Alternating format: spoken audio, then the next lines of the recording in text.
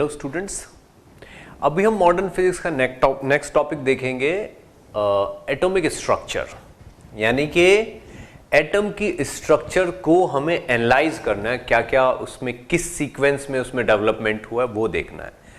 तो जो सबसे पहला एनालिसिस आता है that is Dalton's theory.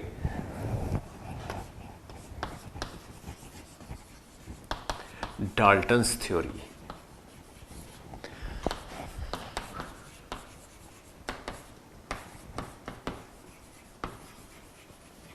Atomic structure, यानी कि एटॉमिक फिजिक्स भी बोल सकते हो आप इसको। डाल्टन्स थ्योरी, ठीक। डाल्टन्स थ्योरी, उसके बाद आती है थॉमसन्स मॉडल। थॉमसन्स मॉडल, इसके बाद आता है रदरफोर्ड्स एक्सपेरिमेंट। पर इस पे अगर हम थोड़ा सा एनालाइज करें तो डाल्टन्स थ्योरी सबसे पहली थ्योरी है जो किसी एटम की स्ट्रक्चर के बारे में कुछ क्लू देती है। तो उसके अकॉर्डिंग अगर कुछ रूल्स, उसके पॉइंट्स मैं आपको रीड करके बताऊं तो आपको ये याद रखने पड़ेंगे। देखिए, according to Dalton's theory every material is composed of minute particles known as atoms. ठीक, डाल्टन्स थ्योरी के अकॉर्डिंग उसने बोला कि एटम बहुत ही छोटा पार्टिकल होता है, इससे मिलके ही सारे मटेरियल बने हैं। एटम इज इंडिविजिबल, इसके अकॉर्डिंग एटम इज इंडिविजिबल, उसको और फर्दर डिवाइड नहीं किया जा सकता। इट कैन नॉट बी सब divided, it can neither be created nor be destroyed, can not be created and cannot be destroyed, cannot be destroyed। ना तो इसको क्रिएट किया जा सकता, ना इसको डिस्ट्रॉय किया जा सकता। एटम एक ऐसा पार्टिकल होता है। ये डाल्टन्स थ्योरी के पॉइंट से। नेक्स्ट पॉइंट ये था, all atoms of same element are identical physically and chemically. किसी भी एक एलिमेंट के जितने भी एटम्स हैं, यानी कि कोई भी एलिमेंट ले लो, मान लो आयरन का पीस ले लिया आपने, ब्लॉक, उसमें जो एटम्स हैं वो सारे के सारे आइडेंटिकल होते हैं, फिजिकली भी और केमिकली भी, यानी कि उनकी स्ट्रक्चर भी सेम है और उनका एक दूसरे के साथ इंटरेक्शन भी सेम है। ठीक, लेकिन अगर दूसरा एलिमेंट होगा, आयरन के बजाय कॉपर होगा, तो उसका एटम डिफरेंट होगा आयरन के एटम से। ठीक, whereas atoms of different elements are different in properties. ये डाल्टन्स थ्योरी का दूसरा पॉइंट था। Next point, the atoms of different element are comparable of hydrogen atom, यानी कि जो हाइड्रोजन एटम है वो सबसे छोटा एटम है, बाकी के जो एलिमेंट्स के एटम है वो उसी के मल्टीपल टाइप्स होंगे, यानी कि उसी के मास से 2 गुने 3 गुने 4 गुने इस तरीके से होंगे। ठीक, atom is stable and electrically neutral. Atom जो है वो क्या होता है? Stable, stable and electrically neutral. वो इलेक्ट्रिकली न्यूट्रल भी होता है, यानी कि उसमें पॉजिटिव नेगेटिव चार्ज बराबर होते हैं, तो नेट चार्ज 0 भी होता है। ये पॉइंट्स थे डाल्टन्स थ्योरी के। इसके बाद थॉमसन्स मॉडल आया। कुछ चीजों में डाल्टन्स थ्योरी फेल हो गई, उसके बाद थॉमसन्स मॉडल आया। थॉमसन्स मॉडल भी मैं एक्सप्लेन कर देता हूं क्या है।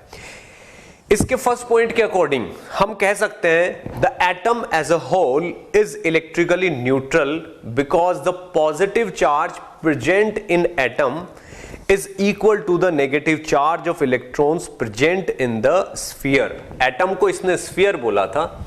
अगर यहां पे हम थॉमसन्स मॉडल की बात करें, तो इसने बोला है कि एटम जो है एक स्फीयर होता है। एटम क्या होता है? एक स्फीयर की फॉर्म में होता है, ठीक, जिसमें इस तरीके से इलेक्ट्रॉन्स होते हैं। ये क्या है? इलेक्ट्रॉन्स,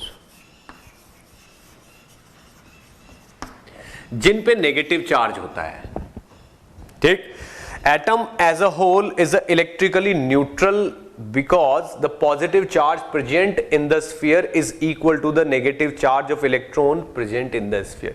इसी में पॉजिटिव चार्ज होता है और इसी में नेगेटिव चार्ज भी ऐसे होता है, इलेक्ट्रॉन ऐसे फैले हुए होते हैं।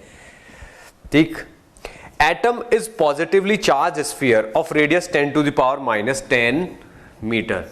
जो ये स्फीयर है इसकी रेडियस का जो ऑर्डर होता है वो 10 टू द पावर -10 मीटर के ऑर्डर का होता है, और ये सारा पॉजिटिवली चार्ज होता है। बस ये जो इसमें डिफरेंट जगह पे जो पॉइंट है वो नेगेटिवली चार्ज होते हैं, वो नेगेटिवली चार्ज होते हैं, वो नेगेटिवली चार्ज होते हैं। ये दीज आर नेगेटिवली चार्ज्ड। ठीक, अब electrons are embedded in between. ये इलेक्ट्रॉन इस तरीके से होते हैं जैसे वाटरमेलन होता है, वाटरमेलन में सीड्स होते हैं, उसके बीज होते हैं, वैसे इलेक्ट्रॉन्स होते हैं। ठीक, नेक्स्ट पॉइंट क्या है इसका? The positive charge and the whole mass of the atom is uniformly distributed throughout the sphere. पूरे स्फीयर में पॉजिटिव चार्ज और mass, positive charge and mass पूरे स्फीयर में यूनिफॉर्मली डिस्ट्रीब्यूटेड होता है। This is Thomson's model. अब इसकी कुछ कमियां थी। ठीक, तो shortcomings of Thomson model, इसकी कमियां क्या थी वो भी मैं बता देता हूं। The spectrum of atoms can not be explain with the help of this model. Atoms का जो स्पेक्ट्रम है वो इस मॉडल की हेल्प से, स्पेक्ट्रम इसकी हेल्प से एक्सप्लेन नहीं किया जा सका। ठीक, नेक्स्ट कमी क्या थी? Scattering of alpha particle. Scattering of alpha particle, यानी कि जो रदरफोर्ड मॉडल था जो उसने गोल्ड फॉइल पे ऐसे अल्फा पार्टिकल की स्कैटरिंग की थी, उसके रिजल्ट ऐसे क्यों हैं वो इस मॉडल से एक्सप्लेन नहीं किए जा सके। ठीक, अब इस मॉडल को थोड़ा और रिफाइन किया रदरफोर्ड ने।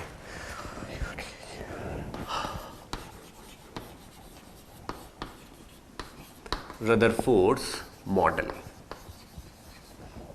इसके बाद रदरफोर्ड ने अपना मॉडल दिया। अब रदरफोर्ड ने क्या, एक एक्सपेरिमेंट किया रदरफोर्ड ने। कौन सा? Scattering of alpha particles, scattering of alpha particle on gold foil. Gold foil पे, गोल्ड की फॉइल पे अल्फा पार्टिकल को ऐसे थ्रो कर करके देखा और उसके रिजल्ट जो आए उनके बेसिस पे इसने अपना एक मॉडल दिया। ठीक, उन पॉइंट्स को भी मैं एक एक करके एक्सप्लेन कर रहा हूं।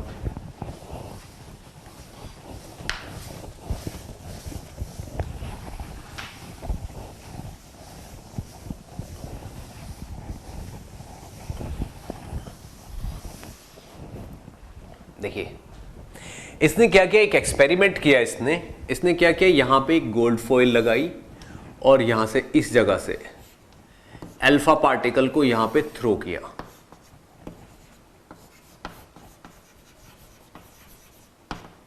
अल्फा पार्टिकल्स को ऐसे थ्रो किया, तो यहां पे this is gold foil, gold foil है, अल्फा पार्टिकल्स को ऐसे थ्रो किया। अब इसको थ्रो करने से इसको जो जो भी रिजल्ट मिले, यहां पे इसने माइक्रोस्कोप लगाया हुआ था और यहां पे इस तरीके से फिल्म थी, फोटोग्राफिक फिल्म। फोटोग्राफिक फिल्म पे इसको बहुत सारे इंप्रेशंस मिले, माइक्रोस्कोप से इसको बहुत सारी चीजें देखने ऑब्जर्व की इसने। उनके बाद इसने जो ये रिजल्ट है इसको एक्सप्लेन किया। कैसे? इसने क्या ऑब्जर्व किया? इसने ऑब्जर्व किया कि अगर ये एक न्यूक्लियस है गोल्ड का, ये, और यहां से अल्फा पार्टिकल्स को आप थ्रो कर रहे हो, तो कुछ अल्फा पार्टिकल ऐसे हैं, मान लो एक को यहां से थ्रो किया, दूसरे को यहां से किया, तीसरे को यहां से किया, फोर्थ को यहां से किया, फिफ्थ को यहां से किया, ऐसे आप थ्रो कर रहे हो अल्फा पार्टिकल्स को। तो कुछ पार्टिकल तो ऐसे हैं जो यहां से गए और थोड़े से ही डेविएट होके कहीं किसी और डायरेक्शन में चले गए। कुछ ऐसे हैं कि यहां से गए और थोड़े से ज्यादा डेविएट हुए, यूं। कुछ ऐसे हैं जो यहां से गए और यूं, पूरे 90 डिग्री पे डेविएट हो गए, कुछ ऐसे हैं जो यहाँ से गए और ऐसे और भी बड़े एंगल पे डेविएट हो गए यूं, और कुछ ऐसे हैं जो गए और एज इट इज़ यूं राउंड घूम के इसी डायरेक्शन में वापस भी आ गए। Same is with these particles, ये गए और ये समझ लो ऐसे चले गए यूं, इस तरीके से इसको, ये न्यूक्लियस है पॉजिटिव वाला। अब ये जो इसको वेरिएशंस मिले, जो ये इसने थ्रो किया और ये चीजें मुड़ रही हैं, कोई कितना डेविएट हो रहा है, कोई कितना डेविएट हो रहा है, दिस इज नंबर 1 2 3 4 5, इस तरीके से उसको रिजल्ट मिल रहे हैं। इन रिजल्ट्स को देख के उसने कुछ कंक्लूजन निकाले जो कि मैं यहां पे अभी एक्सप्लेन करूंगा। ओके, तो जैसा कि ये मैंने डायग्राम बनाया है, यहाँ पे ये मैंने कुछ अल्फा पार्टिकल्स दिखाए हैं, जो अल्फा पार्टिकल इधर इस न्यूक्लियस की तरफ थ्रो किए गए। ये गोल्ड की फॉयल है, इस फॉयल में एग्जिस्ट करने वाला ये एक न्यूक्लियस है, ठीक है ना, यहाँ पे।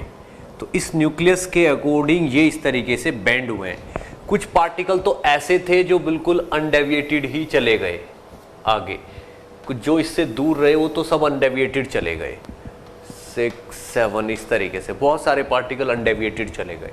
अब इन चीजों को देख के रदरफोर्ड ने कुछ कंक्लूजन निकाले, जिनको मैं एक एक करके एक्सप्लेन करूंगा, ठीक है ना, विद सीक्वेंस, ठीक, कुछ छूटना नहीं चाहिए। देखिए, most of the alpha particle went straight through the gold foil and produce flashes on the screen as if there were nothing inside the gold foil, thus the atom is hollow. तो यहां से हम कुछ कुछ conclusion निकाल रहे हैं इन चीजों से जो मिलते चले गए हमें। देखिए, बहुत सारे पार्टिकल यहां स्ट्रेट निकल गए ऐसे, दैट मीन्स एटम इज होलो। उसका मैक्सिमम पार्ट होलो है, क्योंकि maximum number of particles without deviation straight निकल गए। Next, few particles collide with the atoms of the foil which have scattered or deflected through considerable large angles. Few particles even turn back towards source itself. कुछ particle इससे किसी angle पे मुड़ गए और कुछ तो काफी बड़े एंगल पे मुड़ गए और कुछ तो इनफैक्ट वापस भी आ गए, एज इट इज उसी पाथ पे वापस आ गए। तो यहां से जो कंक्लूजन निकलता है वो ये है, द एंटायर जो पूरा का पूरा एटम है, the entire atom is not hollow, उसके सेंटर पे एक हैवी मतलब पार्टिकल रहता है। एटम के सेंटर पे एक हैवी पार्टिकल रहता है जो कि पॉजिटिवली चार्ज्ड है, क्योंकि पॉजिटिवली चार्ज पार्टिकल से रिपेल होके ही कुछ पार्टिकल वापस आ सकते हैं या अवे जा सकते हैं। अगर ये नेगेटिव होता तो ये इससे चिपक जाते, क्योंकि अल्फा पार्टिकल तो पॉजिटिवली चार्ज होते हैं, उनमें तो पॉजिटिव चार्ज होता है। दैट मीन्स यहां पे एक हैवी मास होता है जो पॉजिटिवली चार्ज होता है, ठीक। Next point, the entire positive charge and almost whole mass of the atom is concentrated in a small centre called a nucleus. यहां पे इस हैवी सेंटर को, दिस हैवी सेंटर जो कि फाइंड आउट किया गया, इसको न्यूक्लियस बोला गया। और entire positive charge, entire positive charge and mass is concentrated in this center, इस सेंटर में कॉन्सेंट्रेटेड रहता है। नेक्स्ट जो कंक्लूजन है, the electrons could not deflected the path of alpha particle, that means electrons are very light। जो electrons हैं, ठीक, वो रिवॉल्व कर रहे हैं, revolving around nucleus, around nucleus. Electrons are revolving around nucleus and उनकी वजह से अल्फा पार्टिकल का पाथ डिफ्लेक्ट नहीं होता। That means electrons are very light, very light particles. समझ लिए, इलेक्ट्रॉन जो बहुत लाइट पार्टिकल्स हैं उनकी वजह से अल्फा पार्टिकल का पाथ डेविएट ही नहीं होता, ठीक। And electron revolves round the circular orbits, round the nucleus in circular orbits. तो कुछ और कंक्लूजन्स हैं यहां पे, इनको मैं और थोड़ा मैथमेटिकली एक्सप्लेन करूंगा। देखिए, ये तो वो बातें थी जो इससे निकल के आई कि एटम का मैक्सिमम पार्ट होलो होता है, एटम के सेंटर पे एक पार्टिकल होता है जिसको हम न्यूक्लियस बोलते हैं, ठीक। वो बहुत हैवी होता है, सारा का सारा ऑलमोस्ट सारा मास उसी में होता है, और इंटायर पॉजिटिव चार्ज भी उसी में होता है। नेगेटिवली चार्ज पार्टिकल इलेक्ट्रॉन्स होते हैं जो कि इस न्यूक्लियस के चारों तरफ घूमते रहते हैं, और वो अल्फा पार्टिकल के पाथ को डेविएट नहीं कर पाते, दैट मीन्स वो बहुत लाइट होते हैं। तो अब क्या होता है, इसके बाद जो एक एडवांस स्टेप है इसमें, वो मैं थोड़ा सा और एक्सप्लेन कर देता हूं क्या चीज है वो स्टेप ये है कि जैसे ये कोई रेफरेंस लाइन है, यहां पे यूं, यहां पे न्यूक्लियस है, ठीक। एक पार्टिकल को मैंने यहां से थ्रो किया और ये पार्टिकल इतना मुड़ के यूं चला गया, तो अगर देखा जाए तो ये यहां पे ये थीटा एंगल बना रहा है। ये हो सकता है ये दूसरा पार्टिकल हो, यहां पे एक और पार्टिकल हो, वो यहां से और बड़े एंगल पे चला जाए यूं, तो ये भी यहां पे थीटा बना रहा है, ठीक। हो सकता है नेक्स्ट वाला पार्टिकल हो, वो और भी कम एंगल पे जाए ऐसे, तो वो यहां पे ये थीटा बना रहा है। तो एक्चुअल में ये क्या होंगे, ये सर्कल्स होंगे, क्योंकि अगर इस चीज को यहां से मान लो ये तो न्यूक्लियस है और हम यहां से यूं थ्रो कर रहे हैं, तो एक्चुअल में हम किसी न्यूक्लियस के चारों तरफ ऐसे अगर थ्रो कर रहे हैं यूं, तो ये वाली चीज तो एक सर्कल होगी, यानी कि ये जो पार्टिकल होगा, ये पार्टिकल एक सर्कल पे एग्जिस्ट करेगा यूं। इतनी डिस्टेंस पे अगर दूसरी इधर की साइड आप लोगे, तो ये जो डेविएशन है ना, ये वाला डेविएशन ऐसे होगा और ये भी यूं जाएगा, तो ये एक सर्कल होगा एक्चुअल में। और इस सर्कल के कोरेस्पोंडिंग एंगल कितना होगा, ये होगा थीटा। तो हर सर्कल देखो, अब ये वाला दूसरा सर्कल होगा भाई, यहां से अगर हम इस वाले को लेंगे, इस वाले को लेंगे, यहां पे ये यहां पे ले रहे हैं, तो इस वाले में क्या होगा, ये थोड़ा सा कम डेविएटेड होगा, इस तरीके से जाएंगे तो ये वाला थोड़ा सा कम डेविएटेड होगा, तो ये वाला एक दूसरा सर्कल होगा, ये वाला, ये जो पार्टिकल इस सर्कल पे एग्जिस्ट करेंगे। एक्चुअल में जब ऐसे इस तरफ हम थ्रो करेंगे, तो जो इधर से थ्रो किया वो इधर चला जाएगा, जो ऊपर से थ्रो किया वो ऊपर चला जाएगा, जो इधर से थ्रो किया वो इधर चला जाएगा, जो नीचे से थ्रो किया वो नीचे चला। तो ये एक कोन टाइप होगा, जिस कोन में ऐसे जा रहे होंगे, तो ये कोन के कोरेस्पोंडिंग एक एंगल बनेगा यहां पे। This is deflection, this theta is deflection, ये डिफ्लेक्शन है। तो हर सेकंड अगर यहां से देखा जाए तो इस सर्कल से कुछ पार्टिकल पास होंगे ऐसे जो डेविएट हुए, अब एक और सर्कल होगा जिससे थोड़ा ज्यादा डेविएट होने वाले पार्टिकल जाएंगे, इस सर्कल पे दूसरे पार्टिकल एग्जिस्ट करेंगे। तो अगर किसी सर्कल पे एग्जिस्ट करने वाले पार्टिकल n है, यानी कि थीटा एंगल वाले सर्कल पे एग्जिस्ट करने वाले पार्टिकल n है, ठीक है। तो n नंबर यानी कि उस सर्कल से पास होने वाले, यानी कि उतना डिफ्लेक्शन लेने वाले पार्टिकल, उन पार्टिकल्स में और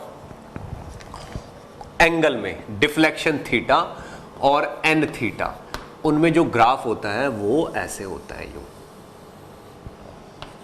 ये ऑलमोस्ट 180 डिग्री होता है, 180 degree, this is almost 180 degree.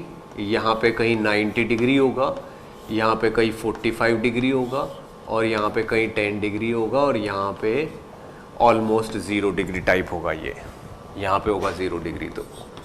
तो ये बहुत सारे पार्टिकल्स हैं, ऐसा ग्राफ आएगा। इसका मतलब ये है कि 180 पे डिफ्लेक्ट होने वाले पार्टिकल बहुत ही कम होंगे, 90 डिग्री पे डिफ्लेक्ट होने वाले थोड़े से ज्यादा होंगे, ठीक है, और 45 पे डिफ्लेक्ट होने वाले और ज्यादा होंगे, और 10 डिग्री पे डिफ्लेक्ट होने वाले तो और ज्यादा होंगे, और 0 डिग्री पे डिफ्लेक्ट होने वाले तो मैक्सिमम होंगे, बहुत ज्यादा होंगे। तो ये ग्राफ बनता है उन पार्टिकल्स का जो किसी थीटा एंगल पे डिफ्लेक्ट हुए हैं। तो एन थीटा और ये थीटा के बीच में ये वाला ग्राफ आता है। ठीक, अब अगर देखा जाए तो यहां पे एक फॉर्मूला है, एक फॉर्मूला एग्जिस्ट करता है कि n theta is directly proportional to cosec theta by 2 की पावर 4, यानी कि n theta is directly proportional to 1 by sine theta by 2 की पावर 4। ये हमें याद रखना है।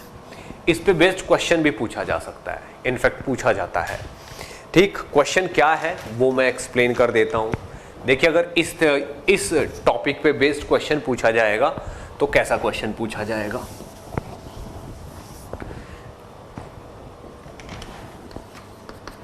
क्वेश्चन ये है कि number of particle observe eight an angle of 10 degree is, number of particle observe at angle of 10 degree is 1 into 10 to the power 6 per minute, 1 into 10 to the power 6 per minute। Per minute इतने particle 10 degree के deviation पे जा रहे हैं। ठीक, how many particle per minute will be observe at angle of 90 degree. तो n at 90 degree कितना होगा। अब मुझे पता है कि n theta is directly proportional to 1 by sine की पावर 4 थीटा बाई 2। तो n 10 degree by n 90 degree. अगर मुझे ये निकालना है, इनफैक्ट 90 को ऊपर लेना चाहिए, 10 को नीचे।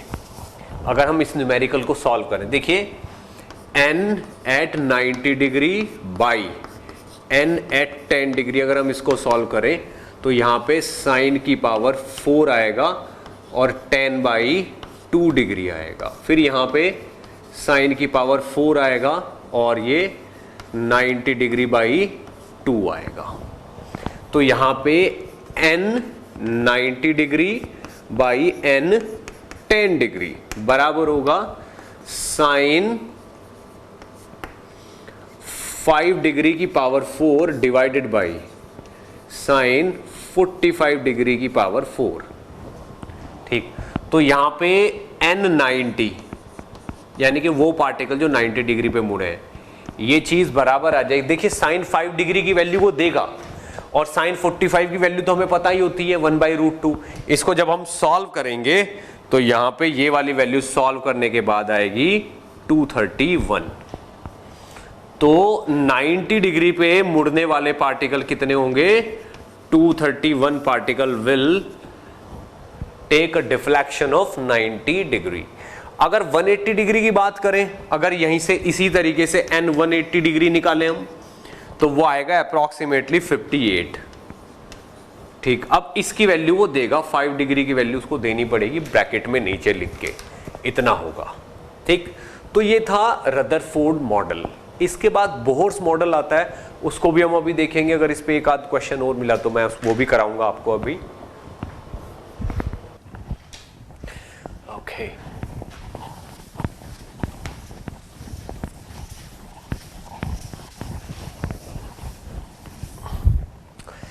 नेक्स्ट पॉइंट देखिए, नेक्स्ट इनफैक्ट क्वेश्चन देखो। इसने बोला है calculate nearest distance of approach of an alpha particle of energy 2.5 million electron volt being scattered by a gold nucleus। ठीक, क्या बोल रहा है, calculate nearest distance of approach,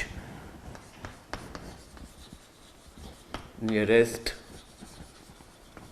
distance of approach.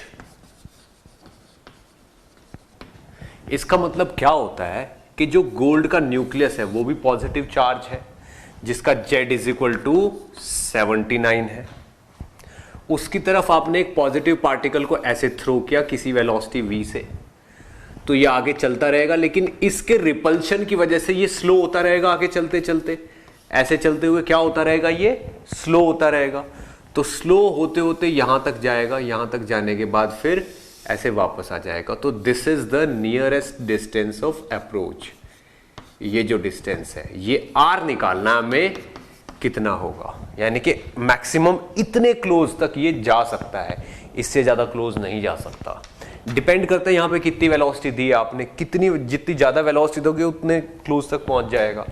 तो this is nearest distance of approach.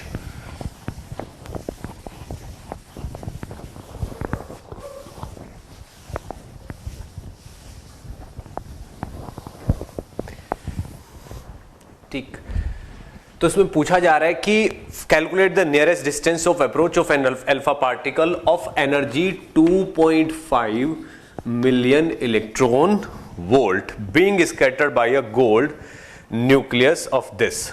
ठीक, देखिए होता क्या है, जब इसको बहुत दूर से यहां पे थ्रो किया गया इस तरफ, तो मान लीजिए यहां पे इस गोल्ड की वजह से पोटेंशियल कितना है 0, और यहां पे इस गोल्ड की वजह से पोटेंशियल है V।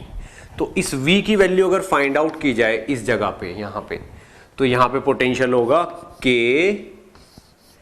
Q1 तो ये ले लो और Q2 ये ले लो, तो K Q2 बाई R इतना पोटेंशियल होगा यहां पे, और यहां का पोटेंशियल कितना है 0। तो चेंज इन पोटेंशियल यही हो गया। अब एनर्जी क्या होती है, potential energy is equal to Q into delta V, तो that is Q1 into delta V। अगर Q1 चार्ज को आप थ्रो करते हो और 0 से V पोटेंशियल तक ले जाते हो, तो इसकी पोटेंशियल एनर्जी में इंक्रीमेंट इतना हो जाएगा। अब जैसे जैसे ये चलता रहेगा इसकी पोटेंशियल एनर्जी बढ़ती रहेगी और काइनेटिक एनर्जी कम होती रहेगी। तो पोटेंशियल एनर्जी एक टाइम पे इतनी बढ़ जाती है कि काइनेटिक एनर्जी 0 हो जाती है, यहां पे रुक जाएगा। यहां पे वेलोसिटी कितनी हो जाएगी इसकी 0, इस पॉइंट पे आते ही, जब इस पॉइंट पे आते ही वेलोसिटी 0 हो जाएगी, तो इसकी काइनेटिक एनर्जी पूरी खत्म होके क्या बन जाएगी, ये वाली एनर्जी Q डेल्टा V।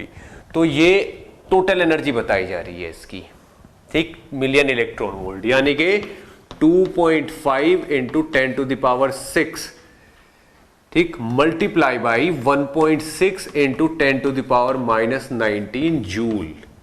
इतनी एनर्जी हो गई इसके पास। तो ये एनर्जी जो हमने अभी निकाली है 2.5 into 10 to the power 6, 2.5 million into 1.6 into 10 to the power -19 electron volt को हमने जूल में कन्वर्ट कर लिया। This energy will be equal to Q1 into delta V। Delta V कितना होगा, K Q2 divided by R। तो मुझे ये R निकालना है। अब यहां पे Q1 की वैल्यू कितनी होगी, Q1 की वैल्यू होगी 2E पॉजिटिव के बराबर, क्योंकि 2 प्रोटॉन है इसके। अल्फा पार्टिकल में क्या होता है, 2 प्रोटॉन होते हैं। और Q2 की वैल्यू कितनी होगी, 79E पॉजिटिव के बराबर होगी। ठीक, E मतलब 1.6 into 10 to the power -19। Q1 की वैल्यू पता है हमें, Q2 की वैल्यू पता है, R निकल आएगा। तो R की वैल्यू हो जाएगी K की वैल्यू कितनी होती है 9 इंटू 10 टू द पावर 9, तो K into Q1 is equal to 2E multiply by 79E divided by ये entire number 2.5 into 10 to the power 6 into 1.6 into 10 to the power -19। तो यहां से R की वैल्यू आती है 9.101 into 10 to the power -14 metre. ये यहां पे आंसर निकल आएगा। समझ लीजिए ये वाला पार्टिकल इस बड़े न्यूक्लियस के इतने क्लोज तक जाके रुक के तब वापस आया है। This is the closest distance of approach. ये है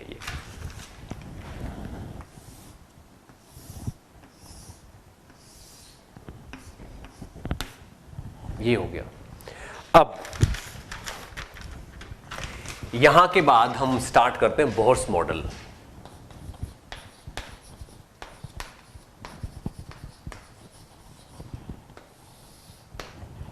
बोहर्स मॉडल देखिए, ये जो रदरफोर्ड मॉडल था इसमें भी कुछ कमियां थी, इससे भी बहुत सारी चीजें और माइन्यूट लेवल पे एक्सप्लेन नहीं हो पाई, ऑर्बिट्स के रूल ही एक्सप्लेन नहीं कर पाया। तो ये सारी बातें अब एक्सप्लेन की हैं बोहर्स ने। अब बोहर ने क्या किया, बोहर ने हाइड्रोजन एटम को बहुत अच्छे तरीके से एनालाइज किया और फिर बाकी चीजों को उससे कंपैरिजन के बेसिस पे एक्सप्लेन करने की ट्राई की है। ठीक। ठीक, तो मैं एक एक चीज बोर्स मॉडल की एक्सप्लेन करता चलूंगा, रीड करता चलूंगा, आपको बहुत ध्यान से सुनना है और मेरी एक्सप्लेनेशन को बहुत ध्यान से सुनना है। ठीक, जो एग्जाम में क्वेश्चन आएंगे, देखिए हमारा टोटल फोकस है एग्जाम के क्वेश्चंस पे। सब्जेक्ट की तो डेप्थ इतनी ज्यादा होती है कि उसके लिए पूरी लाइफ भी कम पड़ती है हमें पढ़ने के लिए, लेकिन हमारा क्या है, टू द पॉइंट फोकस होना चाहिए एग्जाम पे। ठीक, जो पीएमटी के एग्जाम्स है, एम्स है, पीएमटी के एनईटी है, इन एग्जाम्स में किस टाइप के क्वेश्चंस आते हैं और किस वॉल्यूम से क्वेश्चन आते हैं, किस क्या क्या पढ़ना है कि उसी से क्वेश्चन, एक्स्ट्रा चीजें हमें नहीं पढ़नी, टाइम वेस्ट नहीं करना। ठीक, तो मैं एकदम टू द पॉइंट बातें ही बताऊंगा यहां पे।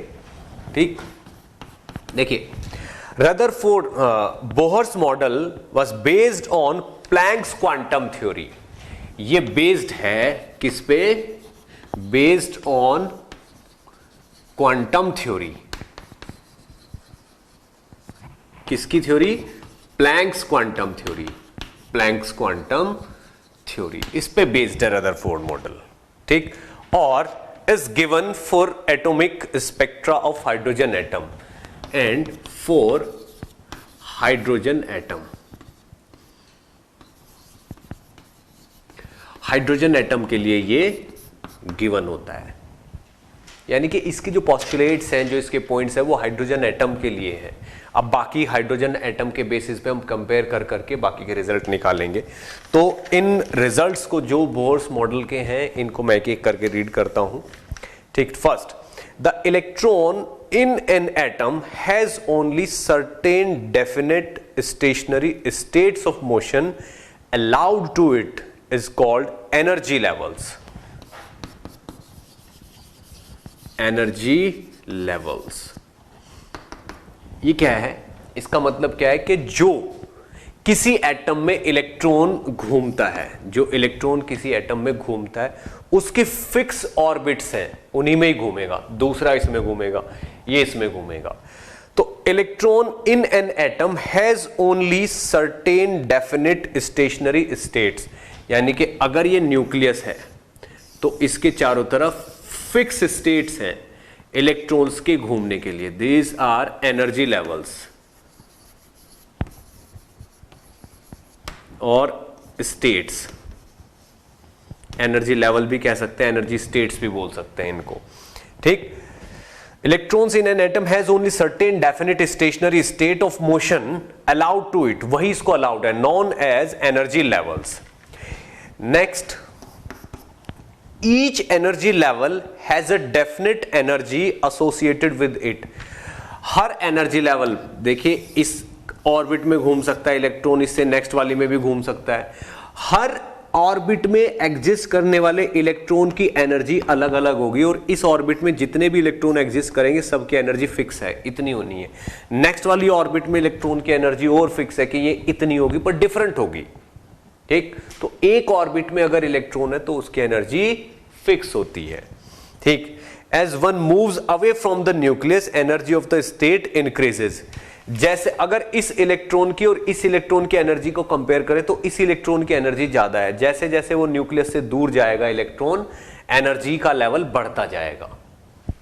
ठीक, एनर्जी का लेवल बढ़ता जाएगा। तो उसने ये बोला है बोर्स ने कि एटम में न्यूक्लियस के चारों तरफ ऑर्बिट्स होती हैं, स्टेट्स होते हैं, उनमें इलेक्ट्रॉन घूमते रहते हैं। ठीक, और वो डिफरेंट डिफरेंट एनर्जी लेवल्स है। वो एनर्जी कुछ भी नहीं है। ठीक, एक फिक्स वैल्यू ही हो सकती है, ऐसा नहीं कि कुछ भी हो सकती है, वो एक फिक्स वैल्यू ही होगी, ये होगी या फिर ये होगी या फिर ये होगी, डेफिनेट एनर्जी लेवल्स है। ठीक है, next point,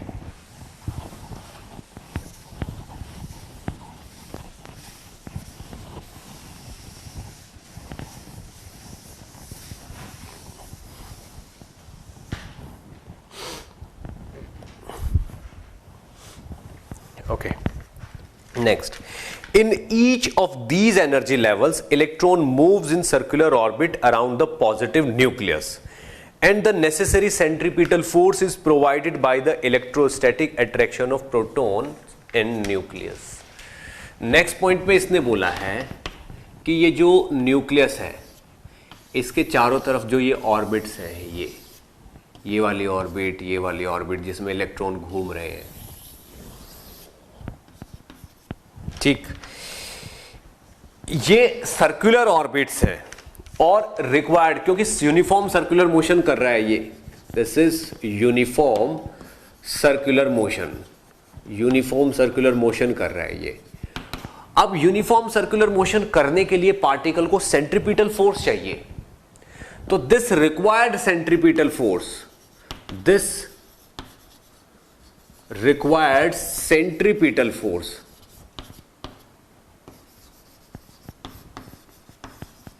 this required centripetal force comes from the attraction of this positive and negative charge, comes from at electrostatic attraction, यानी कि K Q1 Q2 by R square is equal to M V square by R. This is centripetal force and this is electrostatic force. ये centripetal force का फंडा ये है। Next, these states of allowed electronic motion are those in which the angular momentum of an electron is an integer multiple of h upon 2 pi. ठीक, next point क्या है इसका, वो ये कह रहा है कि इन ऑर्बिट में जो घूम रहा है पार्टिकल, उसका एंगुलर मोमेंटम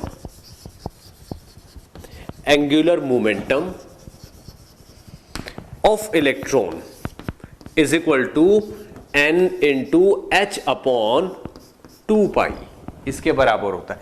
अब एंगुलर मोमेंटम क्या होगा, मान लो कोई पार्टिकल है m मास का, v स्पीड से इस टाइम इस तरफ चल रहा है और ये उसकी रेडियस है r, तो एंगुलर मोमेंटम होता है m into v into r. देखिए अगर इस r के और v के बीच में 90 का एंगल है तो सीधे सीधे mvr हो जाएगा। और मान लो ये n is equal to 1, n is equal to 2, n is equal to 3 and 4 and 5, ऐसे किसी n is equal to n में, तो velocity in nth orbit and radius of nth orbit is equal to n into h upon 2 pi. ये उसका एक rule है, Bohr's model का ये एक रूल है, यानी कि किसी भी ऑर्बिट में एग्जिस्ट करने वाले इलेक्ट्रॉन या जो पार्टिकल है, उसका angular momentum mvr is equal to nh upon 2 pi, ये होगा। ठीक है, अब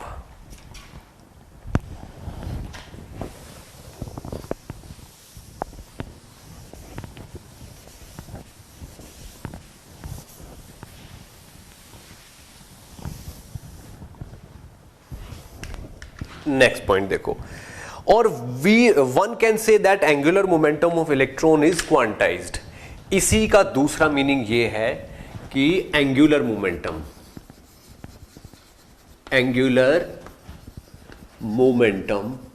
of an electron is quantized, वो क्वांटाइज्ड होगा, is quantized. Angular momentum of an electron is quantized. Quantized का मतलब ये है कि n times of h upon 2 pi. n is an integer. n एक integer value है और ये इसका angular momentum है। Quantized मतलब किसी एक particular value का integer multiple, यानी कि या तो NH अपॉन 2 पाई होगा या 2NH अपॉन 2 पाई या फिर 3NH अपॉन 2 पाई, ऐसा होगा। तो किसी उसका भी angular momentum is quantised. Next point, when an electron is in one of these state it does not radiate any energy. In these states electron does not radiate any energy, वो कोई भी energy radiate नहीं करता। ठीक, but whenever there is a transition from one state to other, energy is emitted और absorbed depending upon the nature of transition. But at the time of transition, eight the time of transition, eight the time of transition, transition के time पे, यानी कि जब एक state से दूसरी state में जंप करता है, ऊपर वाली स्टेट से नीचे वाली स्टेट में या नीचे वाली स्टेट से ऊपर वाली स्टेट में जब जंप करता है, then there is a change of energy, there is a emission और absorption of energy.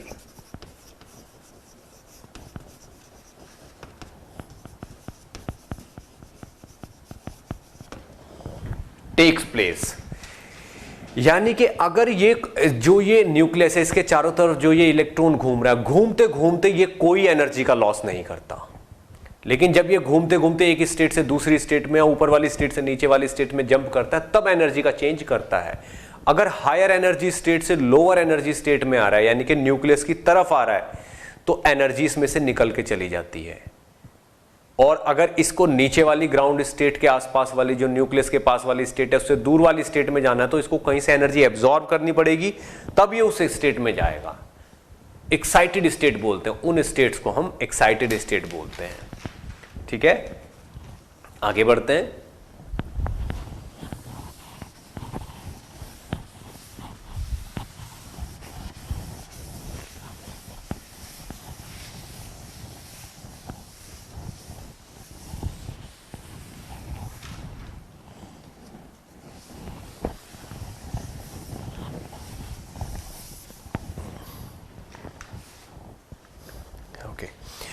When an electron is in one of these states, does not radiate any energy, but whenever there is a transition from one state to other, energy is emitted or absorbed depending on the nature of transition. Transition higher to lower है, lower to higher, इस पे depend करेगा कि energy निकलेगी या फिर ये absorb करेगा। Next, Bohr's model is applicable only one electron atom, यानी कि वन इलेक्ट्रॉन एटम्स के लिए ही एप्लीकेबल है बस। ठीक, तो जैसे वन इलेक्ट्रॉन है, यानी कि helium this, lithium negative ion, apart from hydrogen atom, इनके लिए भी हाइड्रोजन या हाइड्रोजन लाइक एटम्स के लिए ही ये एप्लीकेबल है। ठीक, अब बोहर्स मॉडल की कुछ कमियां भी हैं। If this model is studied under classical mechanics, the atom must be stable because accelerating electron must radiate energy continuously, and there may be only be continuous spectrum, no spectrum lines. ठीक है ना, ये बहुत सारी बातों को explain नहीं कर पाया, वो भी मैं अभी आपको एक एक करके बताऊंगा क्या है, नोट करिए इसको। ओके, तो अब हम देखते हैं जो बोहर्स मॉडल के अकॉर्डिंग हमने जो नॉलेज गेन की है, उसमें जो न्यूक्लियस के चारों तरफ इलेक्ट्रॉन घूमता है उसकी वेलोसिटी कितनी होती है, वो किस किस रेडियस में घूमता है और उस किस स्टेट में उसकी कितनी एनर्जी होती है, इन सब चीज़ों को अब हम देखेंगे।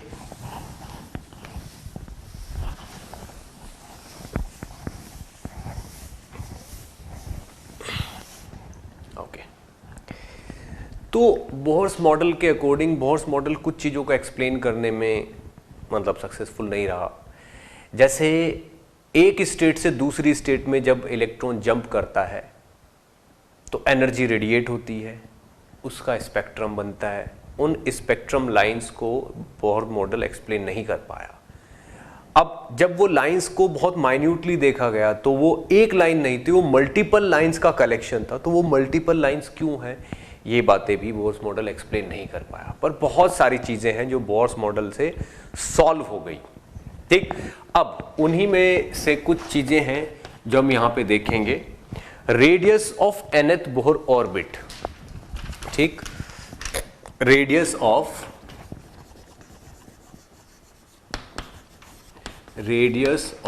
Bohr's nth orbit.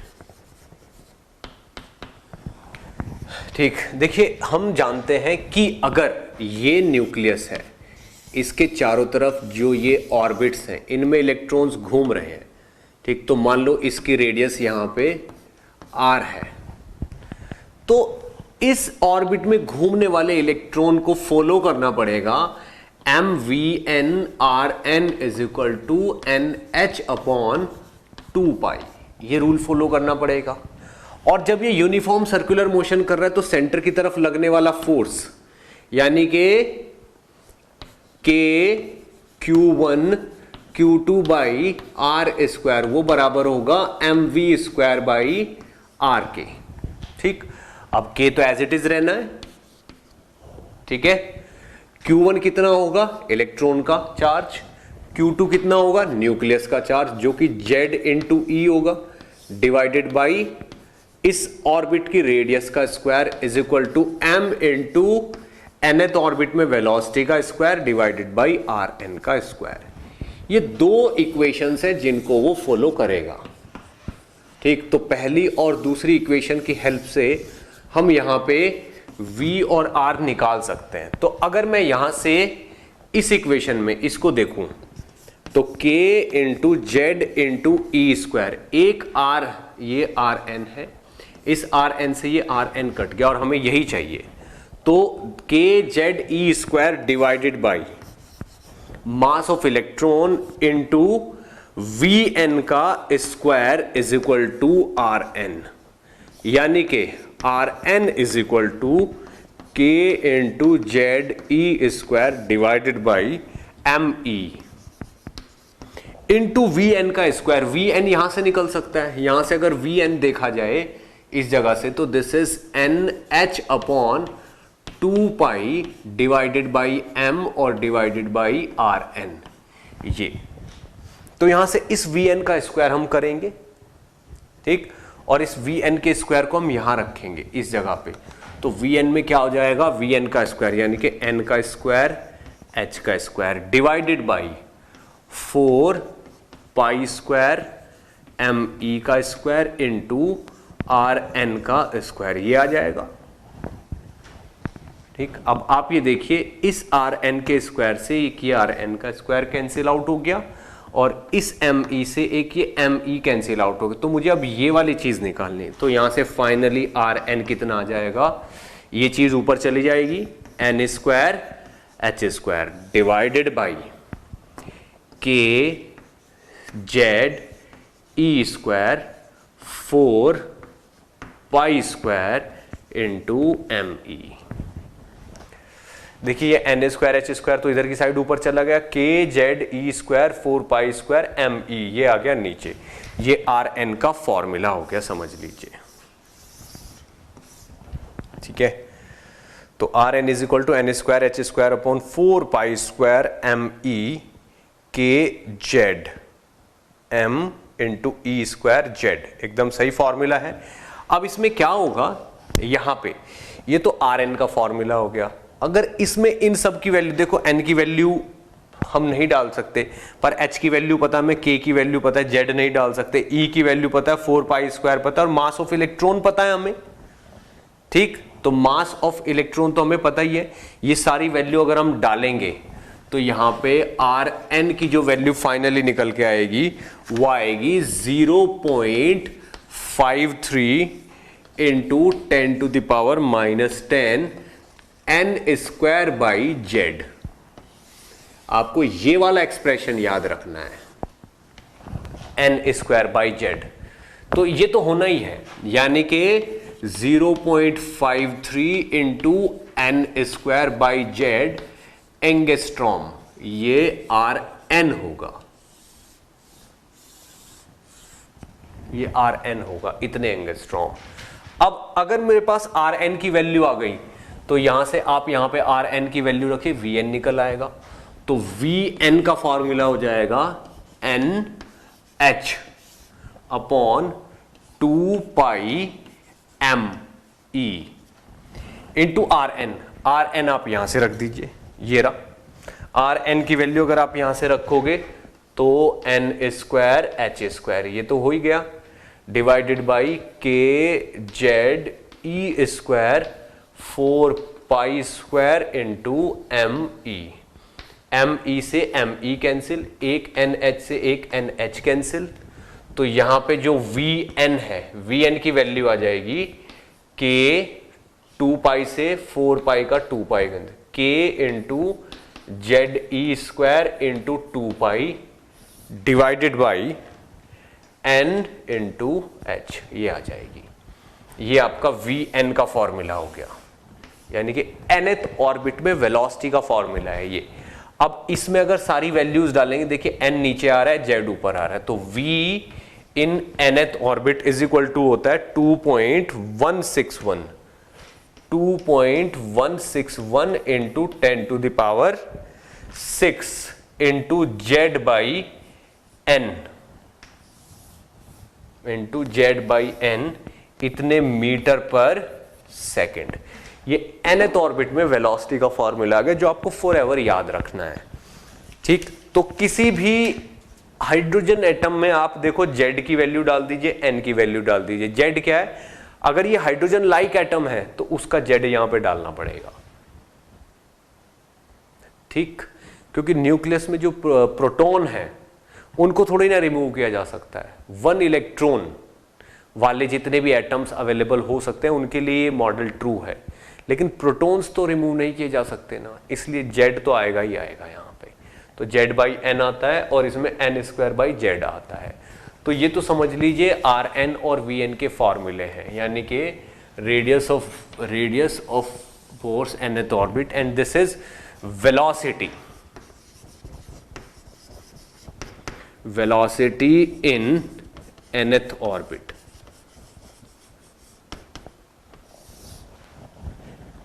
Velocity in nth orbit. तो ये फॉर्मूले आपसे एक्सपेक्ट किए जाते हैं कि आपको ये याद रहेंगे, इसलिए मैंने इनको डिराइव किया है यहां पे।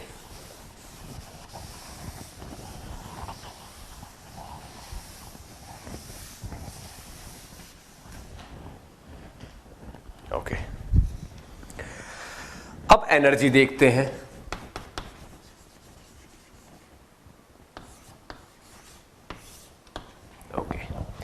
किसी भी पॉजिटिव चार्ज के चारों तरफ जो घूमने वाले पार्टिकल हैं, ये हुआ, इसके पास काइनेटिक एनर्जी भी होगी और इसके पास पोटेंशियल एनर्जी भी होनी चाहिए।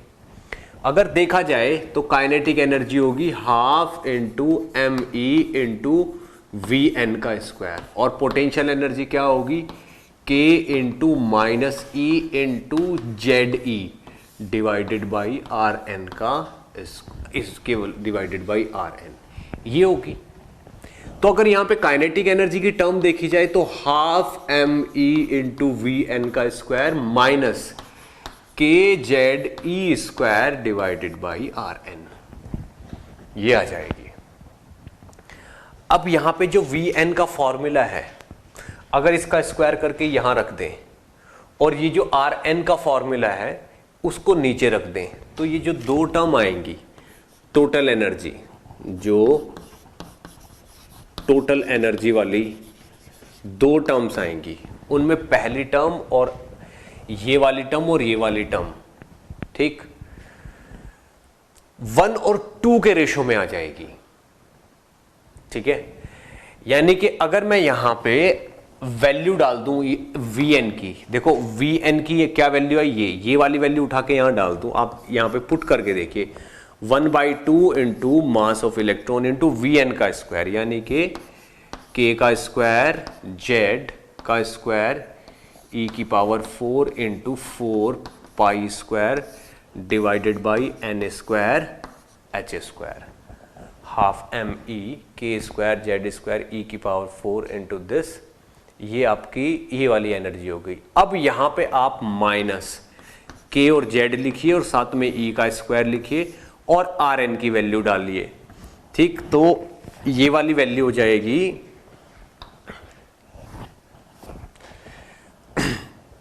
Rn में जब आप लिखोगे तो Rn में नीचे आएगा n स्क्वायर h स्क्वायर, ऊपर आएगा 4 pi square K M E into E का स्क्वायर, यानी कि E की पावर 4 हो गई इंटू Z, ये आएगा। ठीक, अब एक Z ये रहा, एक Z ये रहा, तो Z का भी स्क्वायर हो गया। अब आप देखो 1/2 इंटू दिस और ये 1, तो 1/2 इंटू समथिंग और ये 1, तो ये 1:2 हो गया, बस 2 के सामने -2 है। तो आप देखो ये वाली क्वांटिटी और ये वाली क्वांटिटी सेम है, बस इसमें 1/2 एक्स्ट्रा है।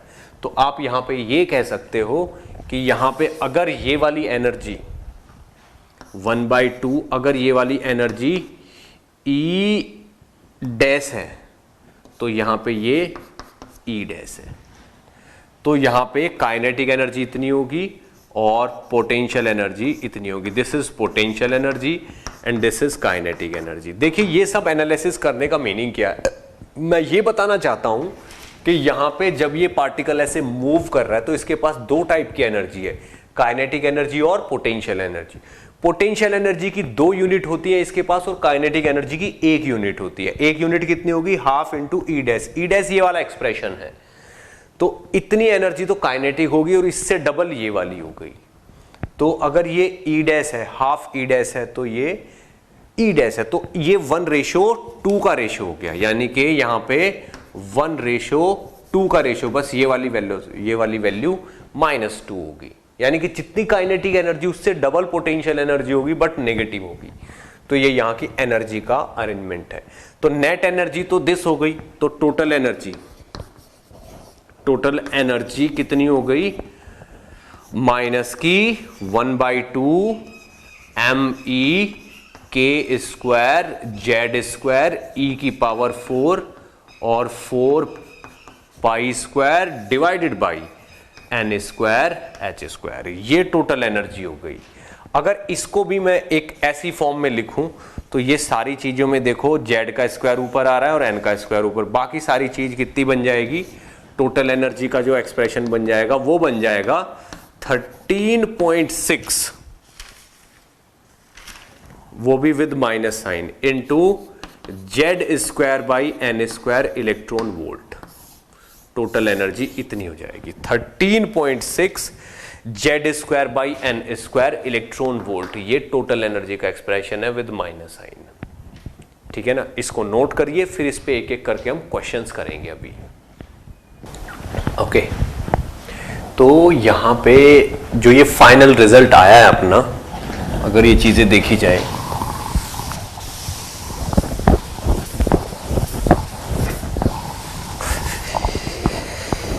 ये जो यहां पे अपना एनर्जी वाला फाइनल रिजल्ट आया है, अगर इसको थोड़ा सा और एक्सटेंड किया जाए तो टोटल एनर्जी का फॉर्मूला किसी भी ऑर्बिट में कितना बन गया, माइनस का इस 2 से ये 4 cut K 2π² mass of electron into K² E⁴ Z² divided by N²H², ये चीज हो गई। तो अगर इसको अब देखा जाए तो जो यहां पे ये फॉर्मूला बन रहा है, ये वाली जो वैल्यू है, ये वाली जो वैल्यू, इस वाली वैल्यू को अगर हम अलग कर दें और Z² और N² को यहां पे अलग कर दें तो दिस इज 13.6 इलेक्ट्रॉन वोल्ट। ठीक है, ये आ रहा है। इसका मतलब ये हुआ कि अगर ये न्यूक्लियस है, मान लीजिए ये 1 2 3 4, n = 1, n = 1, n = 2, n = 3, n = 4 and so on, ऐसे चलती चली जाएंगी। अगर कोई पूछ रहा है कि इस ऑर्बिट की एनर्जी कितनी है, तो दिस इज E3। ठीक, इसकी एनर्जी होगी माइनस का 13.6 इंटू नीचे 3 का स्क्वायर आएगा और ऊपर Z का स्क्वायर आएगा। Z क्या होगा, अगर ये हाइड्रोजन एटम है तो Z की वैल्यू 1 होगी। ठीक, अगर ये हीलियम है तो Z की वैल्यू 2 हो जाएगी, लिथियम है तो 3। इस तरीके से ये Z की वैल्यू उस एटम पे डिपेंड करेगी जिसका आप यूज कर रहे हो, यहां पे जिसको आप ले रहे हो, हाइड्रोजन लाइक एटम यहां पे। तो इसकी एनर्जी इतनी हो जाएगी।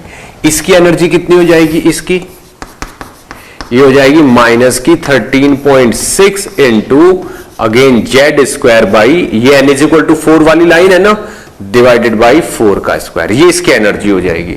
अब अगर इलेक्ट्रॉन यहां से यहां पे ट्रांजिशन लेता है, ठीक है, आप देखिए ये नेगेटिव में एनर्जी है, समथिंग डिवाइडेड बाई 9 है, ये भी नेगेटिव में समथिंग डिवाइडेड बाई 16 है, तो दिस क्वांटिटी इज ग्रेटर, यानी कि E4 यहां पे बड़ा है किससे, E3 से।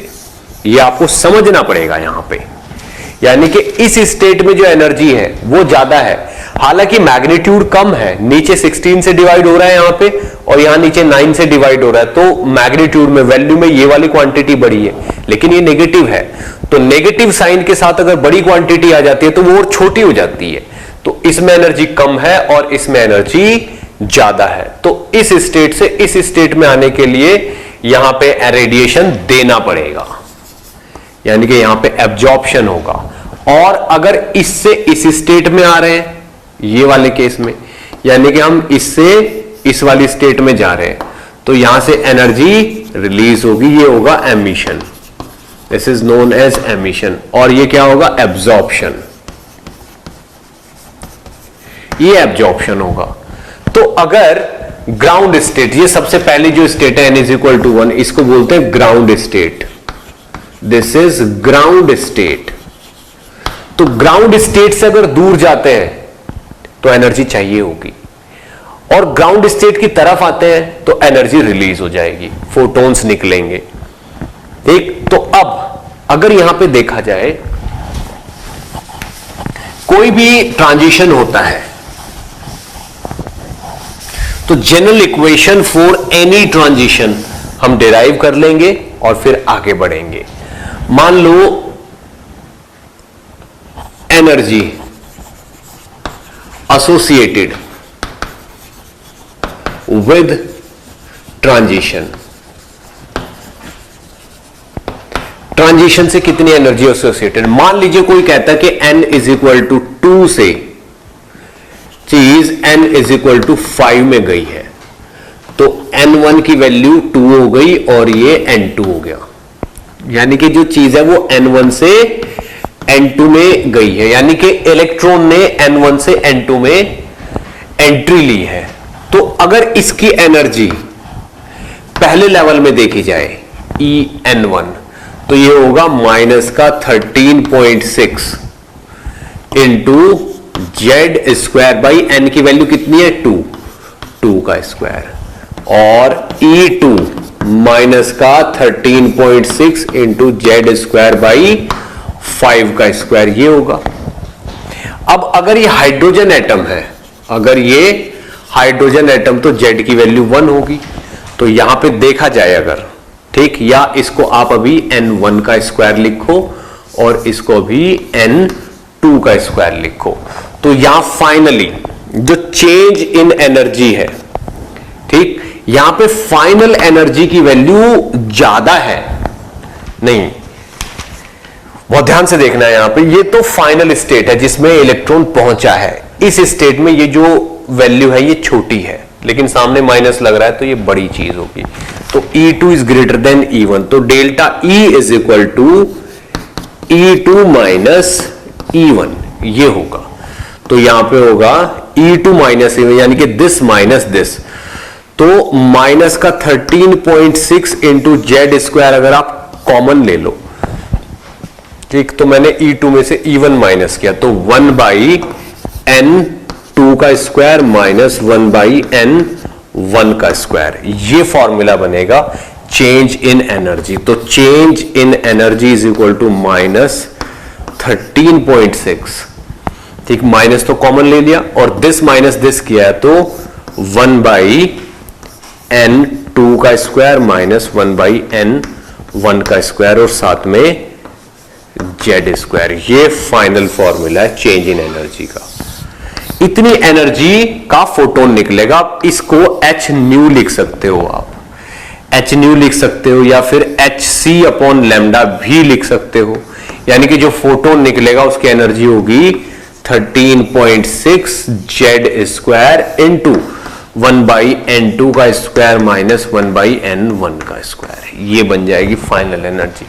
अब अगर यहां पे हम देखें तो ये तो उस फोटोन के बारे में जानकारी हो गई जो इस ट्रांजिशन से निकल रहा है, ठीक। ये तो उस फोटोन के बारे में जानकारी होगी जो इस ट्रांजिशन से निकल रहा है। तो अगर ये मैं एच सी अपॉन लैम्डा को करूं तो 1 by lambda is equal to हो गया माइनस का 13.6 Z square divided by H into C, और साथ में 1 बाई एन टू का square minus 1 by N one का स्क्वायर, ये हो गया। अब माइनस हटा दो तो 1 by lambda is equal to 13.6 divided by H C, इतने electron volt into Z square, साथ में एन वन का square minus 1 by N two का स्क्वायर। ये माइनस हटा दोगे तो इनको एक्सचेंज कर सकते हो आप। तो this quantity is Rydberg constant. तो 1 by lambda is equal to Rydberg constant into Z square और साथ में 1 बाई एन वन का square minus 1 by N two का स्क्वायर। ये अपना फाइनल फॉर्मूला हो गया, रिडबर्ग कांस्टेंट इनटू जेड का स्क्वायर, 1 बाई एन वन का square minus 1 by N two का स्क्वायर, ठीक। अब इस रिडबर्ग कांस्टेंट की वैल्यू होती है 1097 into 10 to the power 7 metre inverse, और 10 के बाद यहां पे डेसिमल लगेगा। This is Rydberg constant, this is Rydberg's constant. इसकी वैल्यू हमको पता होनी चाहिए, ठीक। तो ये फॉर्मूला हमें बताएगा कि जो ट्रांजिशन निकलेगा उसकी वेवलेंथ कितनी होगी। ये फॉर्मूला हमें बताएगा जो ट्रांजिशन निकलेगा, जो फोटोन होगा उसकी एनर्जी कितनी होगी। और ये क्या है, फ्रीक्वेंसी। ये फ्रीक्वेंसी, इतनी फ्रीक्वेंसी का फोटोन निकलेगा, ठीक है। अब इसके बाद बस केवल क्वेश्चन स्टार्ट होंगे और कुछ सीरीज है जो इसी पे बेस्ड है कि किस ट्रांजिशन से कौन सी सीरीज बनती है, ठीक। उस पे भी हम अभी ध्यान देंगे। तो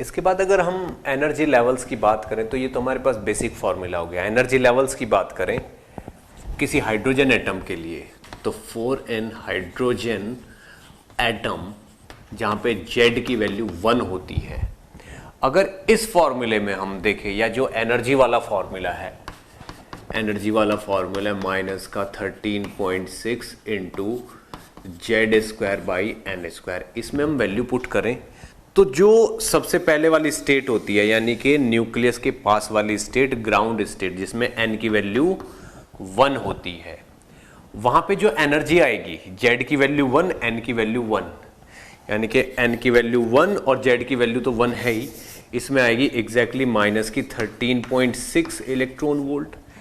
यानी कि जो सबसे पहले वाली स्टेट में घूमता है इलेक्ट्रॉन, उसके पास इतनी एनर्जी होती है। इसके बाद जो इलेक्ट्रॉन नेक्स्ट वाली इसमें घूमता है, यानी कि n इज इक्वल टू 2 में घूमता है, उसके पास 13.6 इंटू 1 का स्क्वायर बाई 2 का स्क्वायर आएगा, तो 13.6 बाई 4 जो कि माइनस की 3.4 आ जाएगी। इतने इलेक्ट्रॉन वोल्ट होता है। अब जो इससे नेक्स्ट वाली सीरीज है, नेक्स्ट वाला लेवल है, that is n is equal to 3, उसमें माइनस का 13.6 डिवाइडेड बाई 9 आ जाएगा। अब डिवाइडेड बाई 9 आएगा, ठीक है ना, तो ये कितना बनेगा 1.54, इतने इलेक्ट्रॉन वोल्ट आएगा। अब इससे नेक्स्ट वाला ये देख लो, n इज इक्वल टू 4, इसको 16 से डिवाइड करना पड़ेगा। 16 से डिवाइड करेंगे तो माइनस का 0.84 होगा, शायद 85, माइनस का 0.85 होगा। और इससे नेक्स्ट वाली अगर हम देखेंगे तो n इज इक्वल टू 5 होगी, इसको 25 से डिवाइड करना पड़ेगा, तो माइनस का 0.54 इलेक्ट्रॉन वोल्ट, इतने इलेक्ट्रॉन वोल्ट। ये मतलब एक रेडीमेड वैल्यूज हैं जिनकी हेल्प से आप फटाफट कैलकुलेशन कर सकते हो। तो अगर न्यूक्लियस के बिल्कुल पास वाली स्टेट में इलेक्ट्रॉन है तो उसके पास इतनी एनर्जी होगी, उससे नेक्स्ट वाली में तो इतनी होगी। तो आप यहां से ये पता कर सकते हो कि अगर n इज इक्वल टू 1 से 2 में जाना चाहता है इलेक्ट्रॉन तो उसको दिस माइनस दिस यानी कि 10.2 इलेक्ट्रॉन वोल्ट एनर्जी चाहिए। जब इसमें आप 10.2 ऐड करोगे तब माइनस का 3.4 बचेगा। तो इतनी एनर्जी का फोटोन उसको एब्जॉर्ब करना पड़ेगा, तब यहां से यहां ट्रांजिशन होगा। या फिर इससे इसमें गिरेगा तो 10.2 एनर्जी का जो फोटोन है वो रिलीज होके चला जाएगा, एमिशन हो जाएगा उसका। ठीक, तो इस तरीके से जो ये एनर्जी लेवल्स का जो डिफरेंस है इससे काफी हमको हेल्प मिलती है। बड़ी जल्दी जल्दी आंसर आ जाते हैं अगर हम उस टाइप के क्वेश्चन से डील करते हैं तो। ठीक, तो अगर ये पूछा जा रहा है कि n इज इक्वल टू 4 से n इज इक्वल टू 2 पे ट्रांजिशन हो रहा है इन हाइड्रोजन एटम, किसी हाइड्रोजन एटम में। ठीक, तो कितनी एनर्जी का फोटोन निकल रहा है? फाइंड एनर्जी ऑफ फोटोन, कितनी एनर्जी का फोटोन निकल रहा है। अब आप देखिए n इज इक्वल टू 4 से n इज इक्वल टू 2 में आ रहा है, यानी कि जो चेंज इन एनर्जी है, जो n इज इक्वल टू 4 में एनर्जी कितनी है, n इज इक्वल टू 4 में एनर्जी इतनी है माइनस की 0.85, इतनी एनर्जी है। This minus n is equal to 2 में कितनी एनर्जी है, दिस माइनस की -3.4 इलेक्ट्रॉन वोल्ट, इतने इलेक्ट्रॉन वोल्ट में से। तो ये देखो नेगेटिव की क्वांटिटी छोटी है और ये बड़ी है, तो माइनस का 0.85 और प्लस का 3.4 इतने इलेक्ट्रॉन वोल्ट एनर्जी, ठीक, का फोटोन निकलेगा। अब 34 में से आप अगर 0.85 माइनस करोगे तो ये बचेगा 25 यानी कि 2.55 इलेक्ट्रॉन वोल्ट का।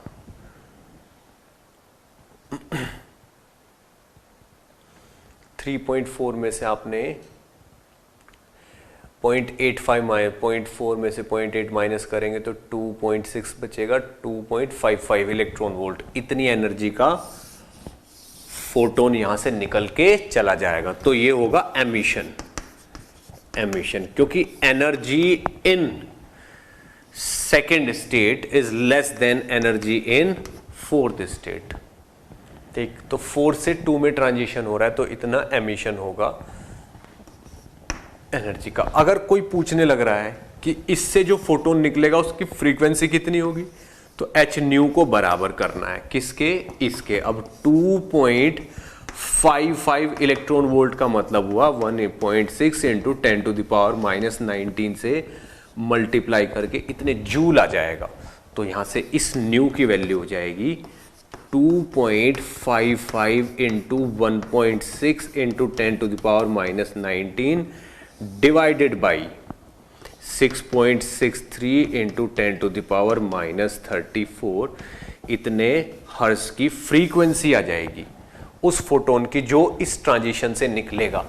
जो n इज इक्वल टू 4 से 2 पे जब इलेक्ट्रॉन जाएगा तब होगा, यानी कि n इज इक्वल टू 1 2 3 4 से 2 पे जो ट्रांजिशन आ रहा है तो यहाँ से फोटोन ऐसे निकल के चला जाएगा। अब ये जो फोटोन निकलेगा इसकी फ्रीक्वेंसी इतनी होगी, एनर्जी इतनी होगी, और ये जिस स्टेट से यहाँ से, यानी कि ये इस स्टेट से इस स्टेट में आया है, यानी कि 4 से 2 में आया है, तो एक फोटोन निकलेगा यहाँ से इतनी एनर्जी का।